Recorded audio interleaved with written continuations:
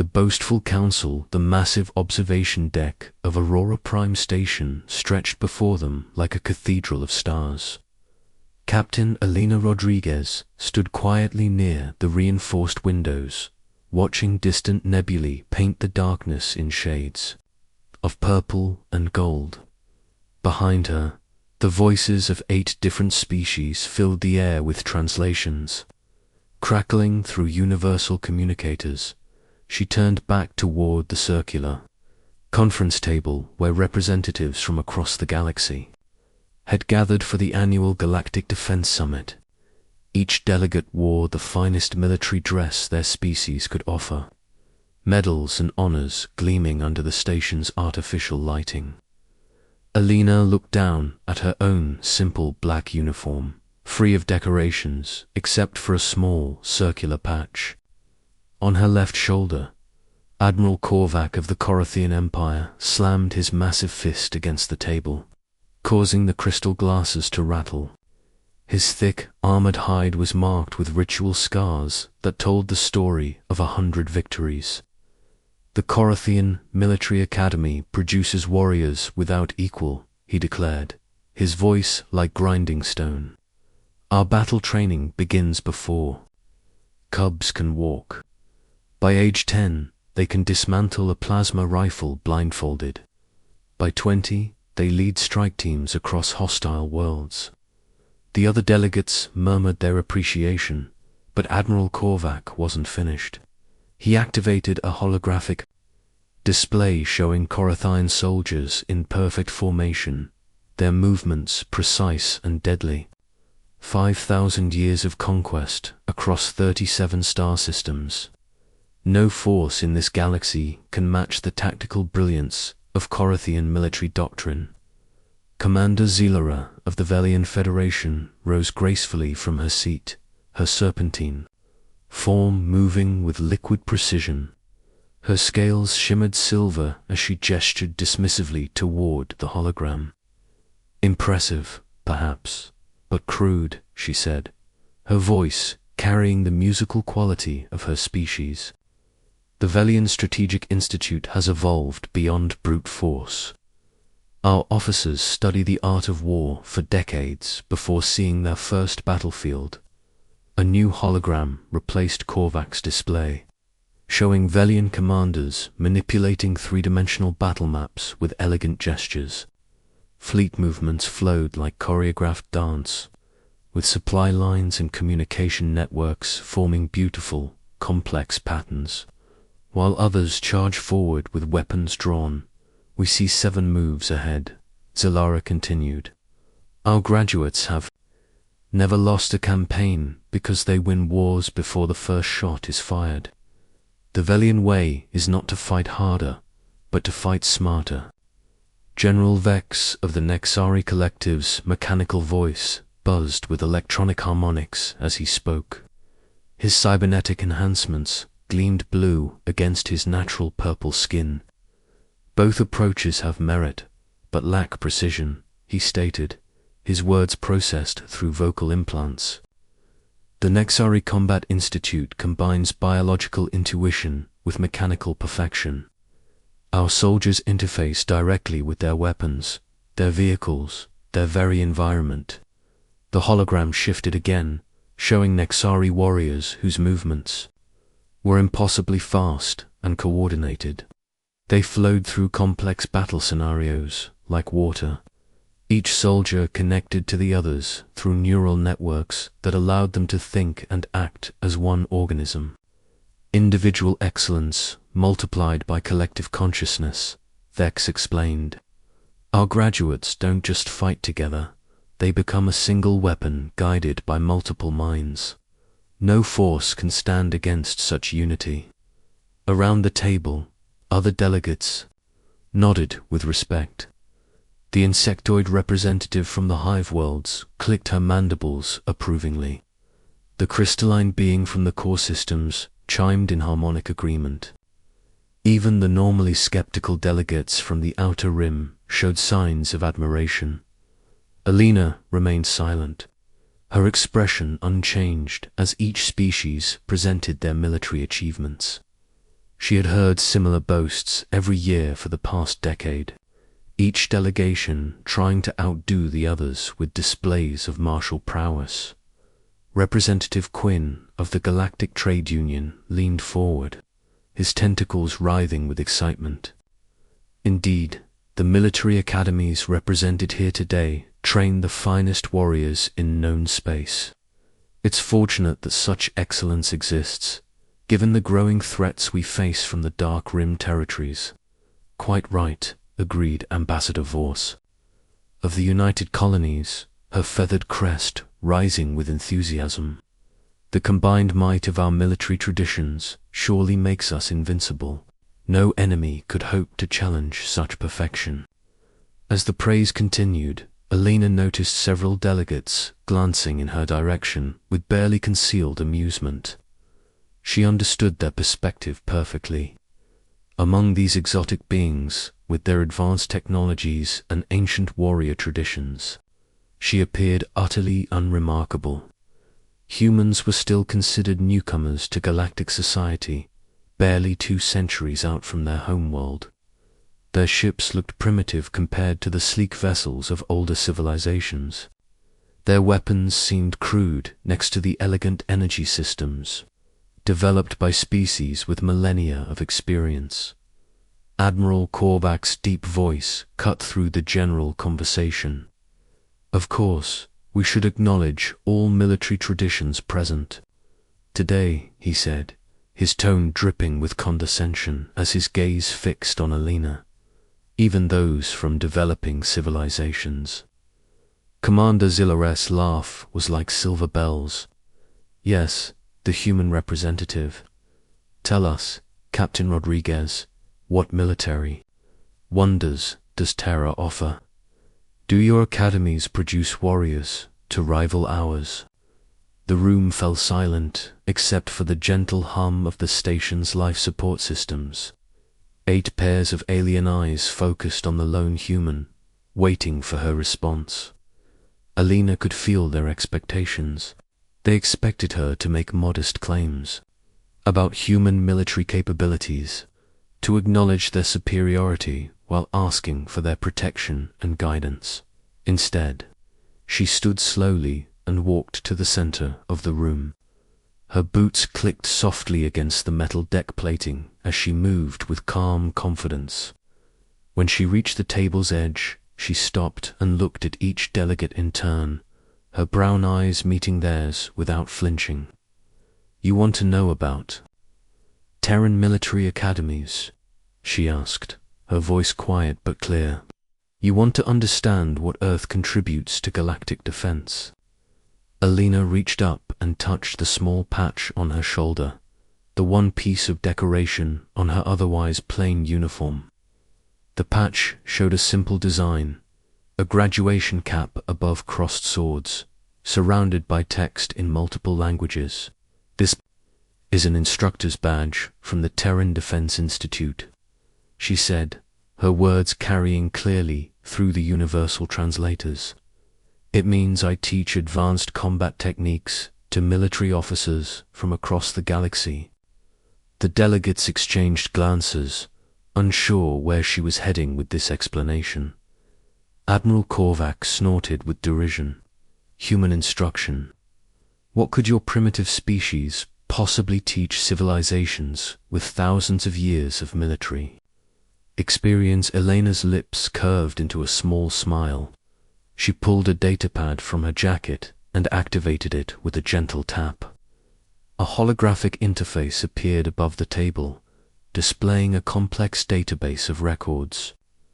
Computer, display training records for all graduates of Terran military programs currently present in this room, she commanded. The hologram shifted, and suddenly the air above the table filled with files, photos, and service records. The delegates gasped as they recognized the images.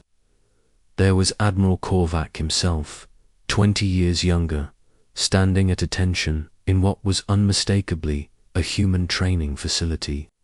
Commander Zalara appeared in another image, practicing close-quarters combat. Techniques with human instructors. General Vex's file showed him as a young officer learning tactical analysis at the Terran War College. Impossible, whispered Admiral Korvac, his scarred face paling beneath his natural armor. The Corinthian Academy has been independent for millennia. We have never required outside instruction. Alina tapped her datapad again, and Korvac's service record expanded to fill the display. Admiral Korvac enrollment date, Terran Standard Year, 2387. Course of study, Advanced Asymmetric Warfare Tactics. Final grade, Exceptional. Instructor notes. Student shows natural aptitude for unconventional combat strategies. Recommend for Accelerated Leadership Program. The room erupted in shocked murmurs as more records appeared. Dozens of files scrolled past, showing military officers from every species represented at the table. Each file contained the same elements: enrollment in human programs, graduation certificates signed by Terran instructors, and recommendations for advancement within their own military hierarchies. Commander Zilara's serpentine form had gone rigid. With shock, this must be some kind of mistake. The Velian Strategic Institute developed our doctrines independently over thousands of years. Computer, display the source materials for Velian Strategic Doctrine. Alina requested calmly. New images appeared, showing ancient Terran military manuals alongside their Velian translations. Sun Tzu's Art of War appeared next to Velian Tactical. Guides Karl von Clausewitz's theories on warfare were cross-referenced with Velian strategic planning documents. Dozens of human military philosophers and theorists had their works listed as source materials for supposedly original alien doctrines. Your elegant fleet movements are based on Nelson's naval tactics from Earth's ancient oceans, Alina explained, her voice remaining conversational despite the growing tension in the room. Your supply line theories come from studying how Hannibal crossed the Alps with elephants. Your communication strategies are modified versions of techniques developed during Earth's World War II. General Vex's mechanical enhancements whirred anxiously as he processed this information. The Nexari Collective developed our neural network combat systems through our own research and innovation. Elena's fingers danced across her datapad. Once more, computer, display the development history of Nexari military neural interfaces. The hologram revealed a complex timeline showing the gradual evolution of Nexari technology, but at its foundation were human studies of battlefield psychology, squad cohesion theories developed by Terran military sociologists, and communication protocols first used by Earth's Special Forces units. Your soldiers think and act as one, because human researchers spent centuries studying how small units bond under stress. Alina continued. The neural interfaces amplify natural human tendencies that we identified and codified long before your species achieved spaceflight. The silence that followed was deafening. Alina could see the realization dawning on their faces, the understanding that everything they had boasted about, everything they had claimed as evidence of their superiority, had originated from the species they had just dismissed as primitive newcomers. But she wasn't finished. The datapad remained active in her hands, and more files waited to be revealed.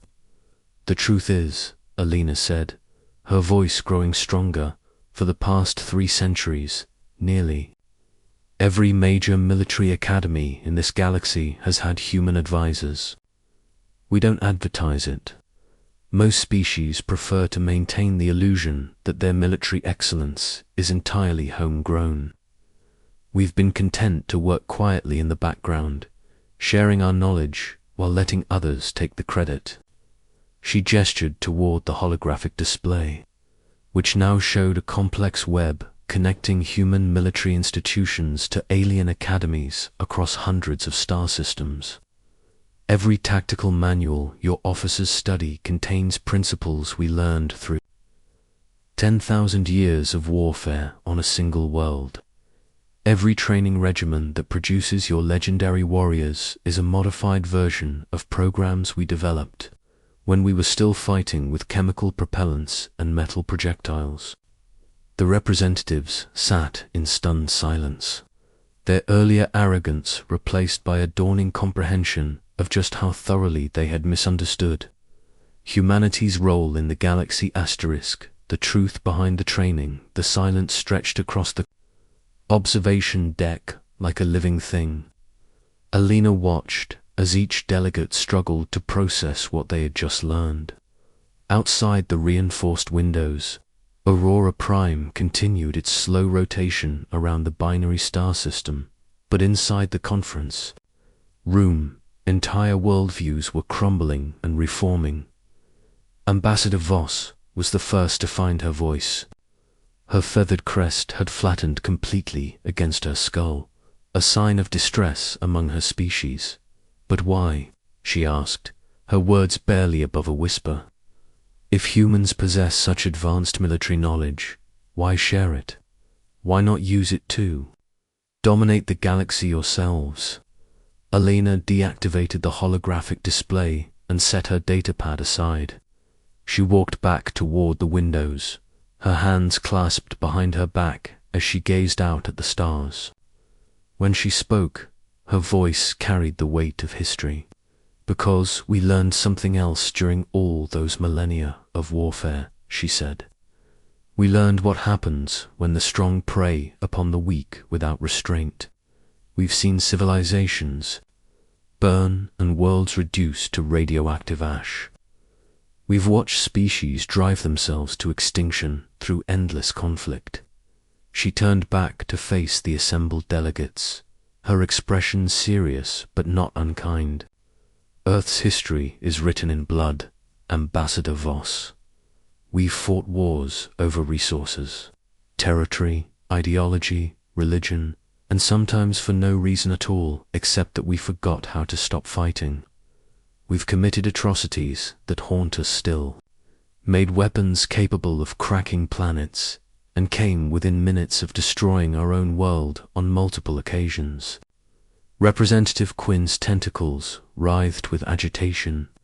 "Then humans are a violent species. Why should we trust you with our military secrets? Why should we accept instruction from a people who nearly destroyed themselves?" Elena's smile was sad, but understanding.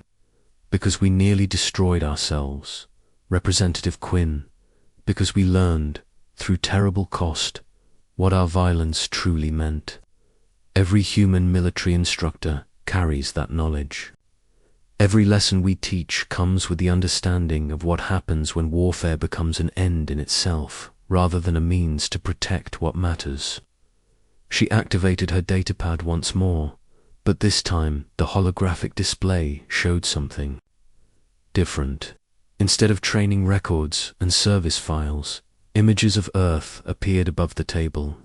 Not the blue-green world of the present, but historical records showing humanity at its worst. "This is London during the Blitz," Alina narrated as bombers filled the sky above a burning city. "This is Hiroshima after the first atomic weapon was used in anger. This is the Eastern Front during our Second World War, where 27 million people died in 4 years of fighting." The images shifted, showing more scenes of destruction. Refugees fleeing burning cities, massed graves, nuclear test sites where the very ground had been turned to glass. The delegates watched in horrified fascination as humanity's capacity for violence was laid bare before them. "We did this to ourselves," Alina continued.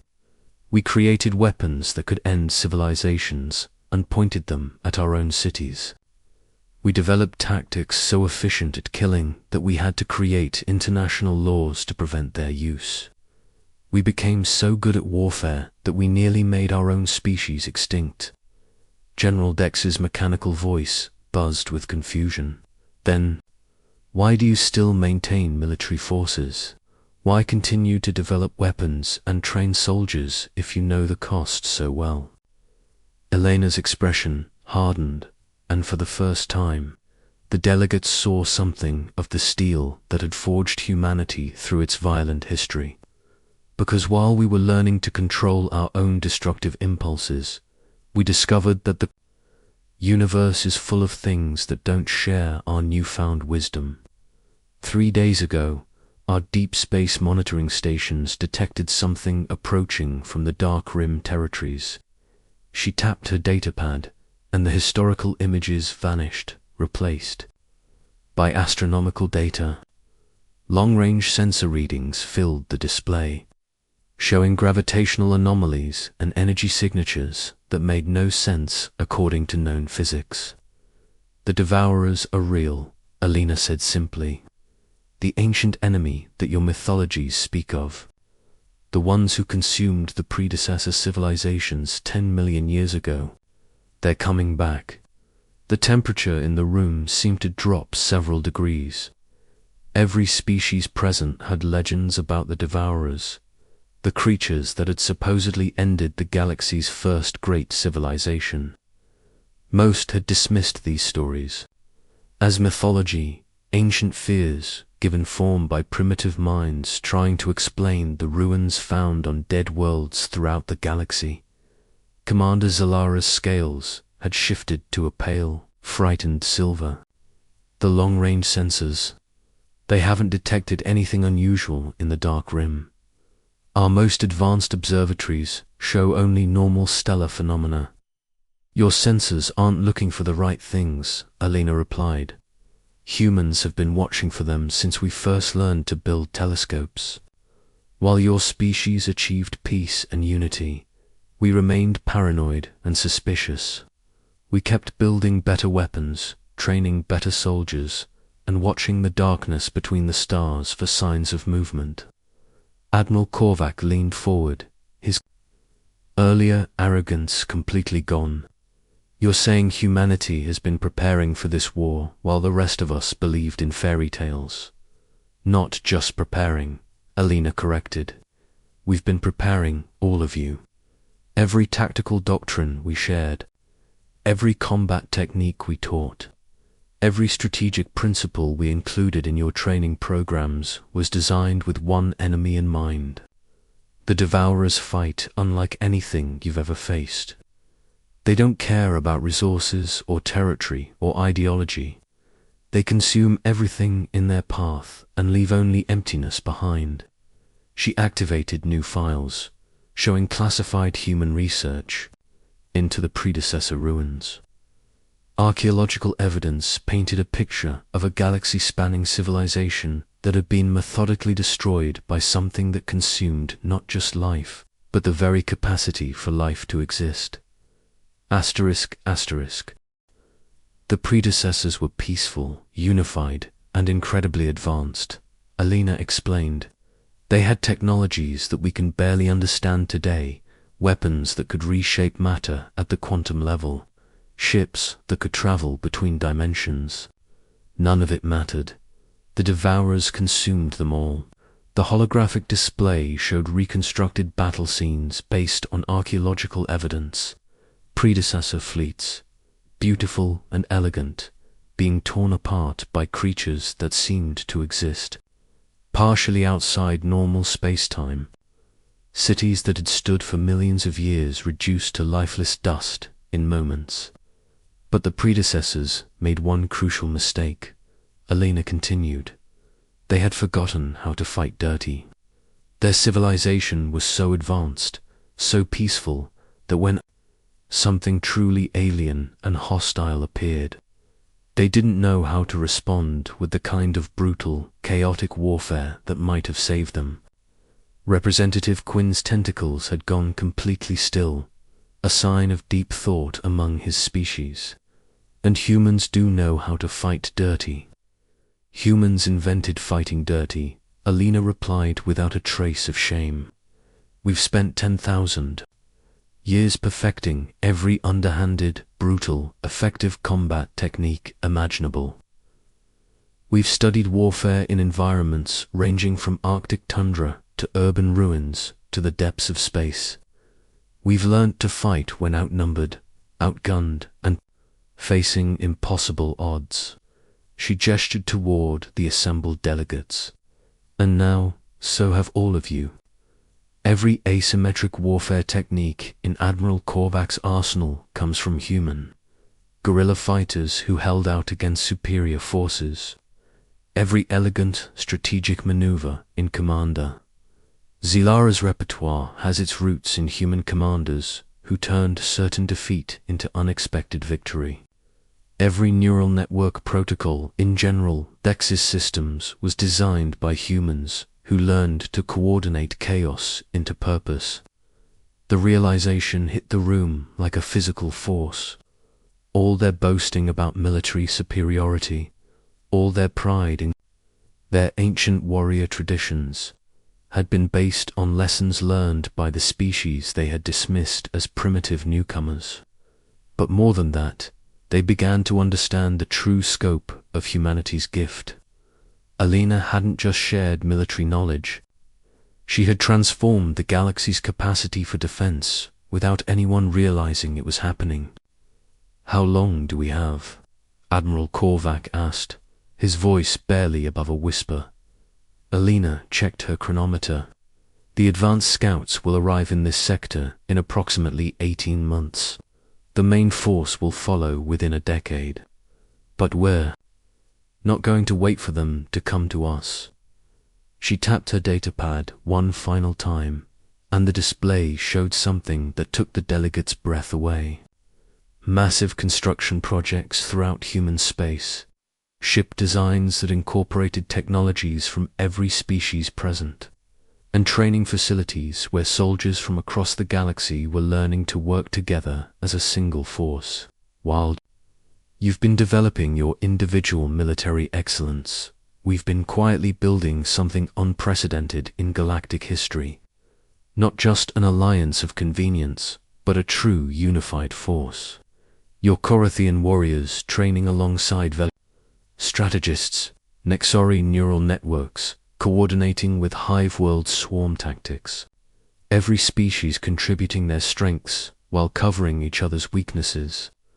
The hologram zoomed out, showing the scope of the project. Thousands of ships under construction, millions of personnel in training, and supply networks that spanned half the galaxy. All of it coordinated by human planners who had been preparing for this moment for centuries. The Devourers consumed the predecessors because they faced a unified but stagnant civilization, Alina explained. They had one way of thinking, one approach to problems. When that approach failed, they had no backup plans. We're giving them something they've never faced before. A galaxy full of different species, different technologies, different ways of thinking about warfare, all united by human tactical doctrine that was forged in the crucible of 10,000 years of conflict. Commander Zilara raised herself to her full height, her scales now shimmering with determination rather than fear. "What do you need from us?" "Acknowledgement," Alina replied simply. "Stop pretending that your military excellence is entirely homegrown. Let your people know that their strength comes from cooperation, not superiority. Let them understand that the human instructors at your academies aren't primitive outsiders, but the guardians who have been preparing the galaxy for its darkest hour." One by one, the delegates stood. Admiral Korvac was the first to speak, his scarred face showing something Alina had never seen there before: humility. "The Korathian Empire formally acknowledges the debt we owe to human military instruction," he declared. "Our forces stand ready to serve under Terran command." Similar declarations followed from each representative. Species that had barely tolerated each other's presence now volunteered to serve under the leadership of the people they had dismissed as primitive. The irony wasn't lost on Alina, but she took no pleasure in it. Outside the windows of Aurora Prime, the stars continued their ancient dance, unaware that the balance of power in the galaxy had shifted not through conquest or intimidation, but through the quiet patience of teachers who had shared their knowledge freely and asked for nothing in return, except the chance to protect the civilizations they had helped create. Alina touched the instructor's badge on her shoulder one more time, thinking of all the human teachers scattered throughout the galaxy, preparing alien warriors for a war that was still 18 months away. They had trained their students well. Now it was time to see if the lessons would be enough. The Devourers were coming, but they would not find the same galaxy that had fallen before them 10 million years ago. They would find something new, something unprecedented in the history of the universe. A galaxy united not by conquest, but by the shared understanding that sometimes the greatest victory is teaching your enemies to become your allies. And at the center of it all stood humanity, the species that had nearly destroyed itself, learning to wage war, now using that terrible knowledge to preserve everything they had come to love about the galaxy they called home. Asterisk.